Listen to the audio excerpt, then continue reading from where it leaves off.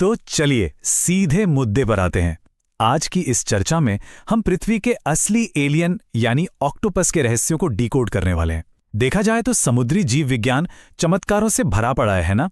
लेकिन इस शानदार जीव का ब्लड सर्कुलेशन और इसके सर्वाइवल के तरीके सच में किसी दूसरी दुनिया की कहानी लगते हैं। अब जरा नंबर 3 पर गौर कीजिए। ये सिर्फ एक नंबर नहीं है, बल्कि गहरे महासागरों में राज करने वाले इस जीव की सबसे बड़ी सुपर पावर है। जी हां, एक या दो नहीं बल्कि पूरे 3 अलग अलग दिल। जरा कल्पना कीजिए, जिंदा रहने के लिए 3 दिलों का बैकअप। तो सवाल ये उठता है, आखिर ऐसा क्यों?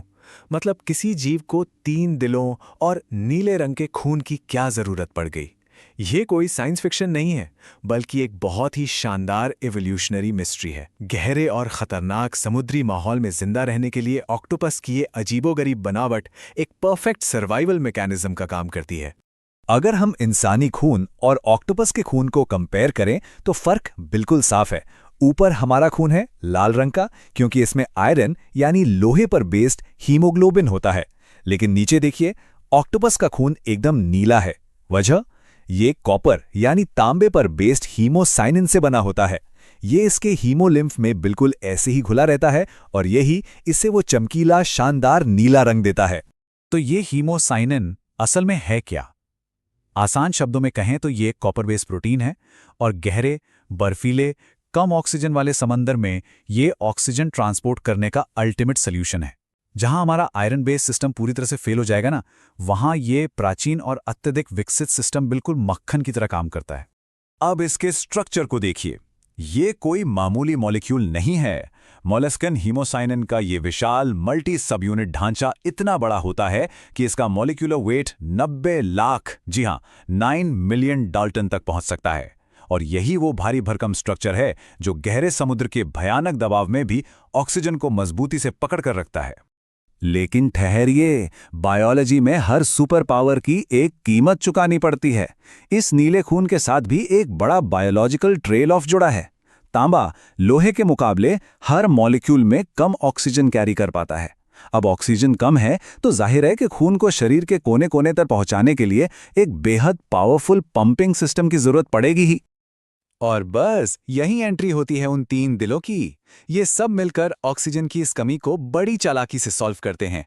पहला स्टेप, 2 ब्रैंकियल हार्ट्स बिना ऑक्सीजन वाले खून को गिल्स की तरफ धक्का देते हैं।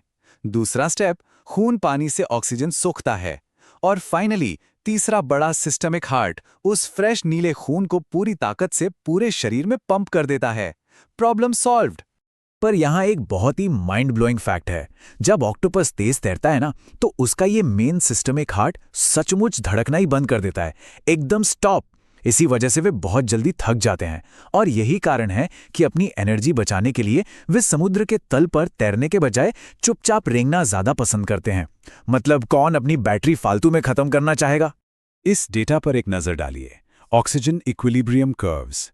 ये ग्राफ हमें बताता है कि ऑक्टोपस जैसे एक्टिव हंटर्स एक हाई P50 वैल्यू का कैसे इस्तेमाल करते हैं। इसका सीधा सा मतलब ये है कि वो अपने जेट प्रोपल्शन वाले लोकोमोशन के लिए अपने टिश्यूज में ऑक्सीजन को बहुत ही तेजी से अनलोड कर सकते हैं। शिकार करने के लिए इससे बेहतरीन सिस्टम और क्या हो सकता है? चलिए अब इस अडेप्टेशन को एक्सट्रीम लेवल पे ले जाते हैं। जरा -1.8 डिग्री सेल्सियस के बारे में सोचिए। अंटार्कटिका का वो पानी जो बस जमने ही वाला हो। ऐसे तापमान में पारेलिडॉन टर्केटी जैसे एंटार्कटिक ऑक्टोपस सिर्फ जिंदा ही नहीं रहते, बल्कि मजे से पनपते हैं, जबकि नॉर्मली इतने ठंडे पानी में कोई भी दूसरा जीव तुरंत दम तोड़ दे। तो इस डीप फ्रीज में बचने का राज क्या है? सब जीरो टेम्परेचर के लिए एक खास हीमोसाइनिन तो है ही, लेकिन साथ में इनके पास कोल्ड अडेप्टेड एंजाइम्स और सुपर फ्लेक्सिबल सेल मेम्ब्रेन भी होते हैं। मतलब जहां नॉर्मल ऑक्टोपस के एंजाइम ठंड में 25% तक स्लो हो जाएंगे, इन अंटार्कटिक चैंपियंस के एंजाइम बिना किसी रुकावट के फुल स्पीड में काम करते रहते हैं। अब ये सुपर पावर आती कहां से है? जवाब है 12।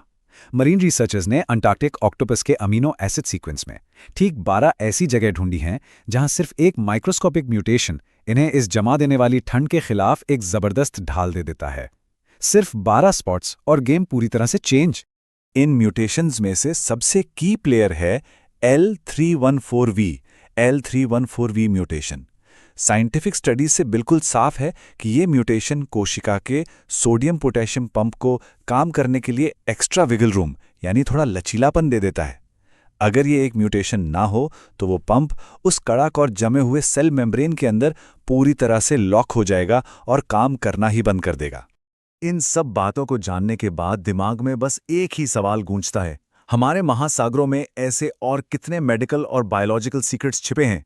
अगर एक ऑक्टोपस के नीले खून और 3 दिलों में एक्सट्रीम कोल्ड और एनर्जी मैनेजमेंट के इतने गहरे राज हो सकते हैं, तो सोचिए ऐसे और कितने एलियन जैसे जीव होंगे जो हमारी डिस्कवरी का इंतजार कर रहे हैं। हमारी आज की ये चर्चा यहीं समाप्त होती है, लेकिन नेचर के इन चमत्कारों पर सवाल उठाना बिल्कुल मत छोड़िएगा।